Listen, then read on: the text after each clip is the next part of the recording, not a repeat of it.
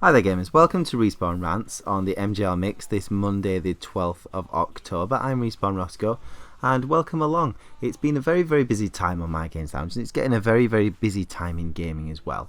Make sure you check out our indie games update. We've got some cool indie games to talk about this week. There's also gaming this week, all the big releases, as well as all the stuff that's been in the news as we return to the normal format following our really fun time at EGX. Now, I am going to have a Respawn rant today. I really am. Because I'm annoyed. Two games in particular have annoyed me recently. And I'm begging this question. Why would you release a broken game onto the market? Why? Why would you do it? Why would someone sit there and bring back what has a lot of positive memories in Tony Hawk's Pro Skater? They've released Tony Hawk's Pro Skater 5 and it's been absolutely trashed around. And I have to ask this question. Why do that? Why would you do it? Would you do that in your profession, in the work that you do? Would you spend lots of time and not bother to test what you've done and just give your boss or customers or anyone in your business or anything that you do something that you knew wasn't right, that was broken, that was fundamentally not correct? And I can almost understand you doing that if you were really short of money and you needed to get the money back in.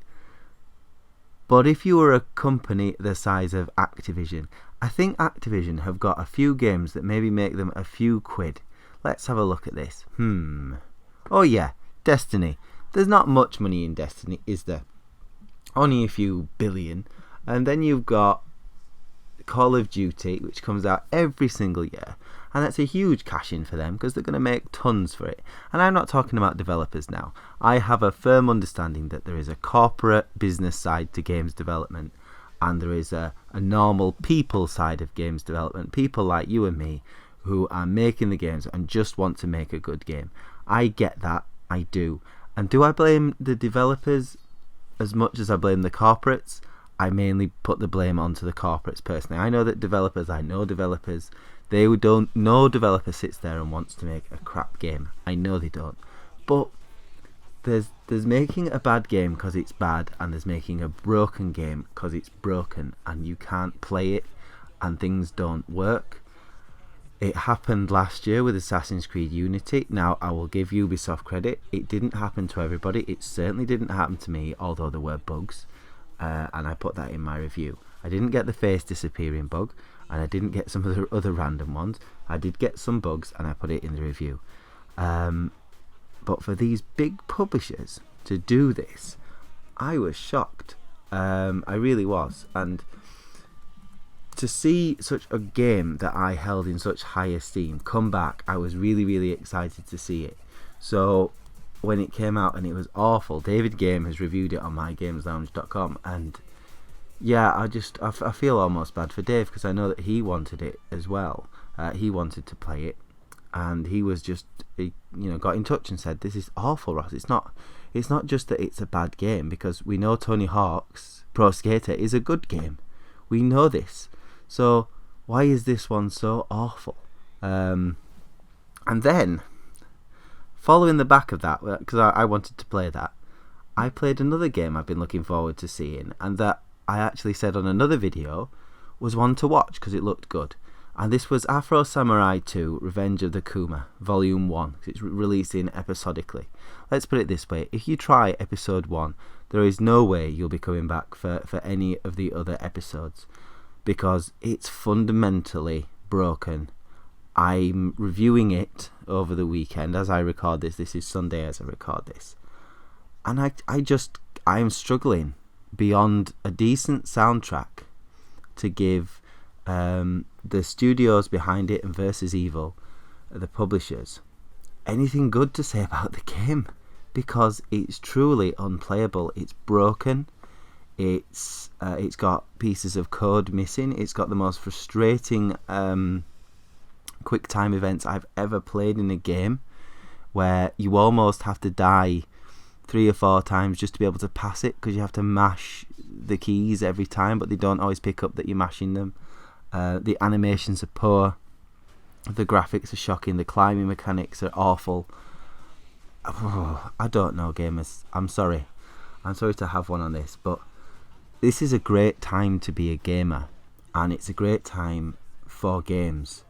And it's just, I find it shocking that people can release a game so unfinished, and just put that out there on the market and have us finishing it. So I'm going to ask you a question, gamers, and I'm going to try and answer it from my point of view, but I'm not trying to put my point of view onto you. What is your reaction when someone says this game is being delayed? Because I have two that conflict with it. I have, why have you done that? Now, that's my first gut instinct reaction, especially if I care about the game. The Division, for instance. I really wanted to play The Division this year. Looking forward to it. Me and my friends have been looking forward to it for a while. And obviously, it got put back to next year. And my first reaction was, damn it. But then, logic kicks in. Well, it's for the good of the game, isn't it? That's why they've done it. Ubisoft perhaps learning some lessons from Assassin's Creed Unity. If it's for the good of the game, and the game's going to come out top notch, absolutely delay it. I will accept that, no problems. And the other thing I will accept is that there are a lot of people on the gaming industry, the gaming development market at the moment, that are really trying to make a name for themselves, that are trying to make a game from scratch, from an independent point of view. And I will accept that if you're making a game for the first time, this is your first go at it, if you like, or first IP, then give yourself a little bit more leeway. Yeah, I will give you a bit more leeway, because you're making your first steps. And I can totally get that in your first steps you're going to make more mistakes than people that have made a game for a very, very long time. That's the same with anything. You accept that, and as I say, in other works and things, when someone's new to a job, when someone's new to doing something, or when a company's new, you accept that it's going to take them a little bit of time to gain that experience to be able to, produce the top quality. But minimum thing from a game, it has to be playable, and it has to give you some kind of joy to play it. My colleague on mygameslounge.com is a firm believer in how fun games are, and how fun they should be perceived. And there's no fun in a game that you literally cannot play, because technically it's just so awful it actually angers you. And the problem with the two games, as I said, the two games that have come out recently, Tony Hawk's Pro Skater 5 and this Afro Samurai Revenge of the Kuma, following on from two games that were good. Tony Hawk's Pro Skater has not been around for a long time, but we know that the skating mechanics works because they were so good for the first few games. They were brilliant. We loved it. It was addictive. You couldn't stop playing Tony Hawk. So I know that Football Manager and Championship Manager have been cited in a number of divorce cases. I'm sure that Tony Hawk's has broken up a few boyfriends and girlfriends over the years. It would be that kind of level of can't stop playing it. So to bring out, as a huge publisher in Activision with a lot of money behind it, to bring out a game that's broken, it's just not on, really. And with lesser anger towards the people that have developed Afro Samurai 2, because they are a smaller company and they are trying. They really need to sort that out for the second episode, or just, it cannot be viable financially to bring out a broken game and expect it to sell. Surely it's better to delay it 6 months and then take more money because it's 6 months better polished. Well, that's I apologise for such a rantish Respawn Rants this week, but please, games developers and publishers, don't publish games that are broken, that are not finished. It just annoys us. It really does. Us gamers out here, we just want a game to be enjoyed. We want to have fun. We want to play it. We don't mind if there's a few bugs. People will have a good laugh about that. Put some funny videos on YouTube, but it at least has to be playable. Come on.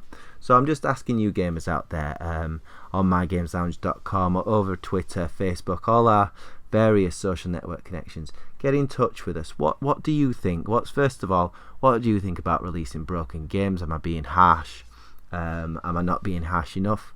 And then, what is your reaction to a game when it is delayed? What do you instantly think when a game's delayed? Do you get annoyed by it, or do you think, no, good job, if the game's not right, take the time out, do it properly? For example, like the guys at CD Projekt Red did with The Witcher 3. And there were still problems with it, so imagine, what the bugs they were trying to iron out. I think it was delayed for 2 or 3 months, wasn't it? So that would have been 2 or 3 months more bugs rather than what it came out as, and it was an outstanding game when it came out. Not perfect. We don't expect perfection, but we do expect to enjoy our gaming experience and not be left frustrated by technical problems that you could easily see if you were did some play testing for 10 minutes. I think in my review I said, if you've read the first 2 paragraphs of this, you've spent more time reading this review than they have actually play testing this game. That's not good enough. So I apologise for the long rant, but let us know what you think. mygameslounge.com, at mygameslounge on Twitter, or facebook.com/mygameslounge. We're also on YouTube. You can reply directly to the comments in the video. That's youtube.com/user/mygameslounge. And just, let us know what you think about broken games, faulty games when they come out from, not faulty as in physically faulty, I mean, badly made games published by these big publishers, and what you think about delaying games, and what your opinion would be on that. I will see you guys on mygameslounge.com. Make sure you check out the rest of the day. Loads more videos as ever on a Monday.